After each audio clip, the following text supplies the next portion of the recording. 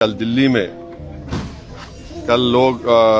ظہر کی نماز جمعے کی نماز ادا کر رہے تھے اندروک میں روڈ پر لوگ نماز پڑھ رہے تھے اور یہ کوئی نئی بات نہیں ہے. جمعے کے ایک دن ایسا ہوتا ہے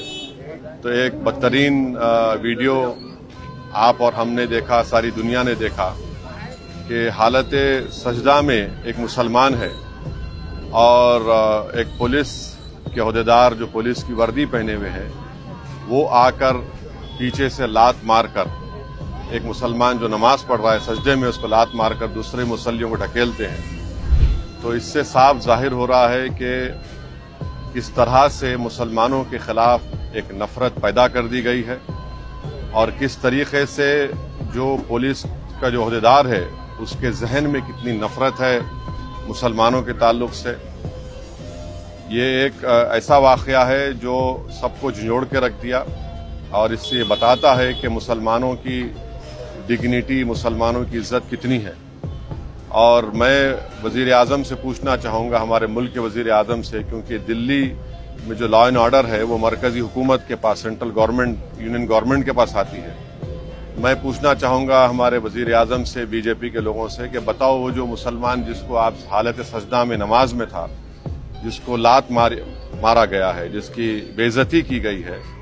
اس کا تعلق کس پریوار سے ہے, کس پریوار سے ہے, وہ کس کے خاندان سے, بتاؤ. آخر یہ اتنی بے عزتی کیوں کی جا رہی ہے بھارت کے 17 کروڑ مسلمانوں سے, جو اس وطن عزیز کے آبادی کا 14% سے زیادہ حصہ ہے.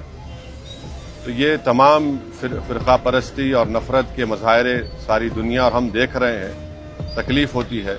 مگر انشاءاللہ تعالی یہ نفرت کا, یہ ظلم کا انشاءاللہ تعالی ضرور اللہ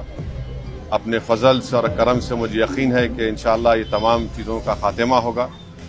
اور یہ تمام چیزیں روکی جائیں گی. اور دلی میں ہم جانتے ہیں کہ جب فسادات ہوئے تھے تو کیسے ایک مسلمان کو جب موب پیٹ رہا تھا وہ اپنی جان کی بھیک مانگ رہا تھا. اس سے بھی سبق حاصل نہیں کیا وہاں کی پولیس کے عہدیدار. کیسے ایک ویڈیو نکلا تھا کہ 3 مسلمان زخمی پڑے ہوئے ہیں